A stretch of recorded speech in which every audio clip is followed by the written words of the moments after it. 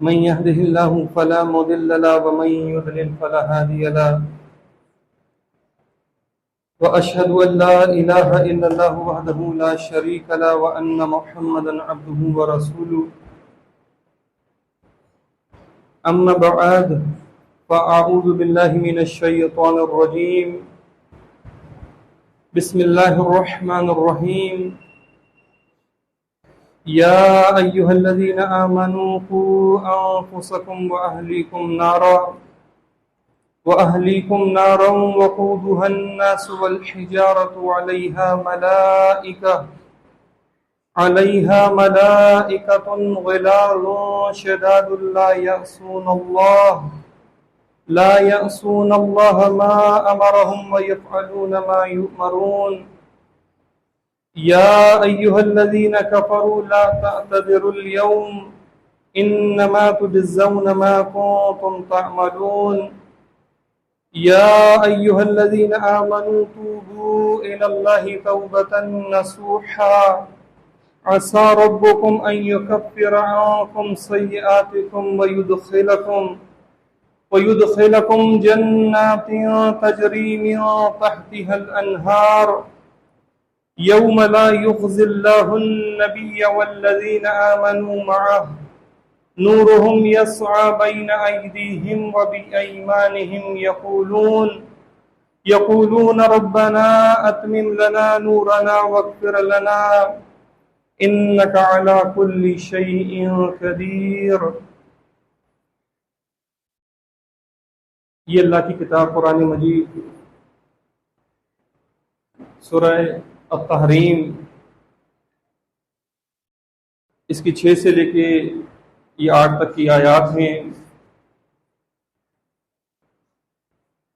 مدینے میں نازل ہونے والی سورہ ہے۔ تحریم یہ لفظ حرمت سے بنا ہے۔ اس کا معنی کسی چیز کو اپنے اوپر حرام کر لینا یا کسی چیز سے اپنے آپ کو محروم کر لینا کے ہیں۔ اور اس سورہ کا نام سورہ تحریم اس مناسبت سے ہے کہ سورہ کی پہلی آیت کے اندر بیان فرمایا گیا کہ یا ایھا النبی لما تحرم ما احل اللہ لک،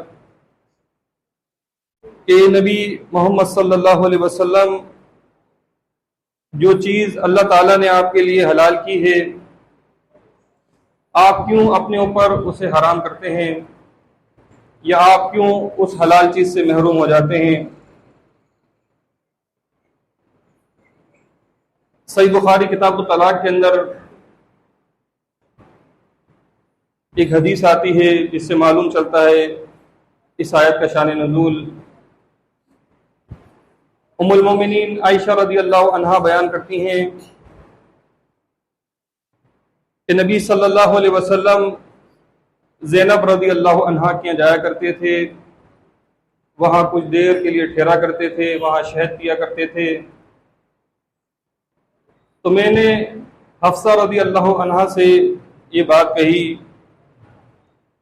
کہ جب اللہ کے نبی صلی اللہ علیہ وسلم ہمارے گھروں کی طرف آئیں تو ہم اللہ کے نبی صلی اللہ علیہ وسلم سے یہ بات کہیں کہ نبی صلی اللہ علیہ وسلم آپ کے منہ سے مغافیر کی بو آتی ہے۔ اللہ کے نبی صلی اللہ علیہ وسلم کو منہ سے بو آنا یا جسم سے بو آنا یہ پسند نہیں تھا۔ تو اللہ کے نبی صلی اللہ علیہ وسلم جب لوٹ کے آئے تو اللہ کے نبی صلی اللہ علیہ وسلم سے یہی بات بیان کی گئی کہ نبی علیہ السلام آپ کے منہ سے تو مغافیر کی بو آتی ہے۔ نبی صلی اللہ علیہ وسلم نے بیان کیا کہ میں نے تو زینب رضی اللہ عنہا کے یہاں سے شہد پیا ہے اور آج کے بعد میں یہ شہد نہیں پیوں گا۔ اس کے اوپر اللہ کے نبی صلی اللہ علیہ وسلم کے اوپر یہ آیت نازل کی گئی کہ نبی صلی اللہ علیہ وسلم جو چیز اللہ تعالیٰ نے آپ کے لیے حلال کر دی ہے اسے کیوں آپ اپنے اوپر حرام کرتے ہیں؟ اللہ تعالیٰ نے یہ اجازت کسی کو بھی نہیں دی۔ انسانوں میں سے اللہ کے کوئی نیک بندے ہوں یا اللہ کے رسول ہوں، جس چیز کو اللہ تعالیٰ نے حلال کر دیا ہو اسے رسول اپنی مرضی سے یا کوئی شخص اپنی مرضی سے حرام نہیں کر سکتا، اور جس چیز کو اللہ تعالیٰ نے حرام کر دیا ہو اسے انسانوں میں کوئی شخص اپنے اوپر حلال نہیں کر سکتا۔ تو یہ حلال اور حرام یہ اللہ کی طرف سے ہوا کرتا ہے۔ فرمایا کہ تب تگی مردات ازواجک، کہ نبی صلی اللہ علیہ وسلم کہ آپ اپنی ازواج کی خوشنودی جاتے ہیں، واللہ غفور الرحیم، اور اللہ تو بڑا معاف کرنے والا اور رحم کرنے والا ہے۔ اللہ کے نبی صلی اللہ علیہ وسلم آپ اپنی بیویوں کے ساتھ آپ کا حسن سلوک، اچھی طرح ملنا، جس طرح اللہ کے نبی صلی اللہ علیہ وسلم ایک رسول ہیں، نبی صلی اللہ علیہ وسلم بہترین حاکم بھی ہیں، نبی صلی اللہ علیہ وسلم بہترین شوہر بھی ہیں، اور اللہ کے نبی صلی اللہ علیہ وسلم بہترین باپ بھی ہیں۔ اللہ کے نبی صلی اللہ علیہ وسلم کے اندر یہ ساری صفات موجود تھیں، یہ ساری خوبیاں اللہ کے نبی صلی اللہ علیہ وسلم کے اندر موجود تھیں۔ اسی لیے اللہ کے نبی صلی اللہ علیہ وسلم کی پوری زندگی کو نمونہ بنا کے پیش کیا گیا، اور اس کتاب کے اندر سورہ احزاب آیت نمبر 21 کے اندر بیان کیا گیا کہ لقد کان لکم فی رسول اللہ اسوۃ حسنہ، کہ یقیناً نبی صلی اللہ علیہ وسلم کی پوری زندگی یہ تمہارے لیے بہترین نمونہ ہے۔ لمن کان یرجو اللہ والیوم الآخر، ان لوگوں کے لیے جو آخرت کے دن کے اوپر یقین رکھتے ہوں، اور وذکر اللہ کثیرا، اور اللہ کو کثرت کے ساتھ یاد کرنے والے ہوں، یعنی اللہ کے اوپر جن کا ایمان ہو، مر کے دوبارہ اٹھنے کے اوپر جن کا یقین ہو، اور کثرت کے ساتھ جو اللہ کو یاد کرنے والے ہوں، ان کے لیے اللہ کے نبی صلی اللہ علیہ وسلم کی یہ پوری زندگی یہ بہترین نمونہ کے طور کے اوپر پیش کر دی گئی۔ تو ہر شخص کو اب کیا چاہیے کہ ایمان لانے کے بعد نبی صلی اللہ علیہ وسلم کی یہ بہترین زندگی سے فائدہ اٹھائے۔ اسی لیے اللہ کے نبی صلی اللہ علیہ وسلم کی پوری زندگی ہمارے سامنے کھلی ہوئی نظر آتی ہے۔ احادیث کے اندر نبی صلی اللہ علیہ وسلم کا وضو کا طریقہ، نبی صلی اللہ علیہ وسلم کے غسل کا طریقہ، اللہ کے نبی صلی اللہ علیہ وسلم کی صلاۃ کا طریقہ، صدقہ خیرات کا طریقہ، اخلاق نبی صلی اللہ علیہ وسلم کا، نبی علیہ السلام کی سیرت، پوری زندگی نبی صلی اللہ علیہ وسلم کی کھول کے انسانوں کے سامنے پیش کر دی گئی کہ دیکھو یہ نبی صلی اللہ علیہ وسلم کی بہترین زندگی ہے، اور یہ بہترین زندگی سے تمہیں فائدہ اٹھانا ہے، اور اللہ کے نبی صلی اللہ علیہ وسلم کی تم نے اطاعت کرنی ہے ہر معاملے کے اندر، اور یہ اطاعت غیر مشروط ہے، ہر حال میں یہ اطاعت نبی صلی اللہ علیہ وسلم کی کرنی ہے، یہ لازم ہے ایمان لانے والوں کے اوپر۔ اسی لیے ان آیات کے اندر اللہ تعالیٰ نے ایمان والوں کو ہی مخاطب کیا، جگہ بجگہ یا ایھا الذین آمنوا کہ اللہ تعالیٰ نے اپنی اس کتاب کے اندر ایمان والوں کو مخاطب کیا کہ اے وہ لوگ جو ایمان لائے ہو۔ ایمان یہ غیب کا نام ہے، پوشیدہ چیز کوئی، اس سے پہلے کس طرح ایمان تھا، کیا عقیدہ تھا، اللہ کے نبی صلی اللہ علیہ وسلم کے دور میں جب نبی علیہ السلام اس خالص ایمان کی دعوت کو لے کے اٹھے، اس وقت اللہ کے ماننے والے لوگ تو موجود تھے، لیکن اللہ کے ساتھ دوسروں کو شریک ٹھہرانے والے بھی موجود تھے۔ بڑی اکثریت کا حال یہ تھا کہ جو اللہ کے اوپر ایمان کے ساتھ اس کا شریک بناتی تھی، اس کا نت بنایا کرتی تھی۔ یہود و نصارہ، مشرکان مکہ، یہ اللہ کے نت بنانے والے، اللہ کے شریک بنانے والے، انہیں نبی صلی اللہ علیہ وسلم نے یہ دعوت دی کہ جس اللہ کے تم ماننے والے ہو اسے وحدہ لا شریک مان لو، اس میں کامیابی ہے، اس کے اندر تمہاری نجات ہے۔ تو جن لوگوں نے اللہ کے نبی صلی اللہ علیہ وسلم کو دیکھا، اللہ کے نبی علیہ السلام کو اپنے کانوں سے سنا، اور دیکھنے اور سننے کے بعد نبی علیہ السلام کے اوپر ایمان لے کر آئے، بڑے خوش نصیب لوگ تھے وہ۔ اور جو لوگ اللہ کے نبی صلی اللہ علیہ وسلم کو دیکھنے اور سننے کے بعد بھی، اللہ کے نبی صلی اللہ علیہ وسلم کے معجزات دیکھنے کے بعد بھی ایمان نہیں لائے، بلکہ نبی علیہ السلام کو تکلیفیں پہنچائیں، یہاں تک کہ اللہ کے نبی علیہ السلام کو ہجرت تک کے اوپر انہوں نے مجبور کیا، اور کوئی کسر نہ چھوڑی انہوں نے اللہ کے نبی صلی اللہ علیہ وسلم کو اور نبی علیہ السلام کے ساتھیوں کو تکلیف دینے کے لیے، کوئی کسر انہوں نے نہیں چھوڑی، جہاں تک ہو سکا نبی علیہ السلام کو انہوں نے تکلیفیں پہنچانا شروع کی۔ تو ایمان والوں کو حکم دیا کہ دیکھو یا ایھا الذین آمنوا قوا انفسکم واہلیکم نارا، یہ وہ لوگ جو ایمان لے کر آئے ہو، اب تم اپنی جان کو جہنم کی آگ سے بچاؤ، اور اپنے گھر والوں کی جانوں کو جہنم کی آگ سے بچاؤ، یہ تمہاری ذمہ داری ہے۔ اب ایمان لانے کے بعد تمہاری زندگیوں کے اندر بڑی تبدیلی دکھائی دینی چاہیے، جس طرح اللہ کے نبی صلی اللہ علیہ وسلم، اس آیت کے اولین مخاطب نبی علیہ السلام خود اور نبی صلی اللہ علیہ وسلم کے صحابہ کرام، انہیں کیا حکم دیا جا رہا ہے کہ اے ایمان والو اپنی جان کو جہنم کی آگ سے بچاؤ اور اپنے گھر والوں کی جانوں کو جہنم کی آگ سے بچاؤ، یعنی فکر کرو تم اپنی۔ ایمان لانے کے بعد صحابہ کرام کی زندگیوں کے اندر بڑی تبدیلی آئی، جو اللہ کا حکم نازل ہوتا، جو اللہ کے احکامات کو وہ سنتے اور فوراً اس کے اوپر عمل کرنا شروع کر دیا کرتے تھے۔ وہ اللہ کے نبی صلی اللہ علیہ وسلم قرآن کی جو تشریح بیان کرتے اور وہ اللہ کے نبی علیہ السلام کے فرمان کو سنتے اور سننے کے بعد فوراً وہ عمل کرنا شروع کر دیا کرتے تھے۔ آج ہم بھی ایمان لے کر آئے، ہمارا بھی دعویٰ ہے کہ ہم اللہ کی اس کتاب کے اوپر ایمان لائے ہیں، ہم اللہ کے آخری سچے اور پیارے رسول محمد صلی اللہ علیہ وسلم کے اوپر ایمان لائے ہیں۔ ہم اپنا محاسبہ کریں، ہم اپنا احتساب کریں کہ ایمان لانے کے بعد واقعی ہماری زندگی کے اندر انقلاب آ گیا، ہماری زندگی تبدیل ہو گئی، بدل گئی ہماری زندگی۔ ایمان لانے سے پہلے ہماری کیفیت کیا تھی، کس طرح ہم اپنی زندگی کو گزار رہے تھے، ہماری صبح سے لے کے رات تک کی روش کیا تھی، کیا ہمارے کام تھے، کتنی ہم نافرمانیاں کرتے تھے، کتنی ہم اللہ کی آیات کے انکار کیا کرتے تھے، اللہ کی آیات کے خلاف اپنی ہم زندگی گزار رہے تھے۔ ہماری نوکری، ہماری تجارت، ہمارا لین دین، ہمارا ملنا جلنا، ہمارا اخلاق، ہمارا کردار، ہماری سیرت، یہ سب کچھ اللہ کی کتاب کے